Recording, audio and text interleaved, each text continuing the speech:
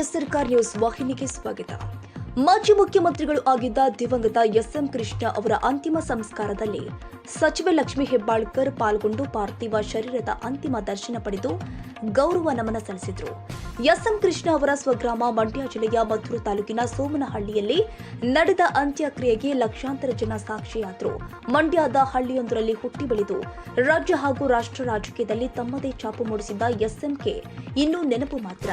ಕನ್ನಡ ಮತ್ತು ಇಂಗ್ಲಿಷ್ ಭಾಷೆಯಲ್ಲಿ ಪಾಂಡಿತ್ಯ ಹೊಂದಿದ್ದ ಕೃಷ್ಣ ಅವರು ನನಗೆ ಸೇರಿ ನೂರಾರು ಜನರಿಗೆ ಮಾದರಿಯಾಗಿದ್ದರು.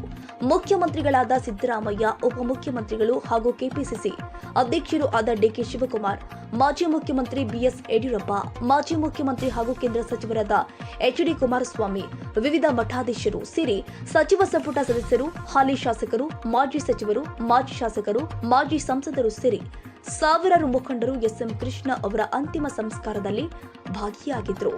ಸೋಮಶೇಖರ್ ನಾಯ್ಕ, ಎಸ್ ಸರ್ಕಾರ್ ನ್ಯೂಸ್ ಕನ್ನಡ.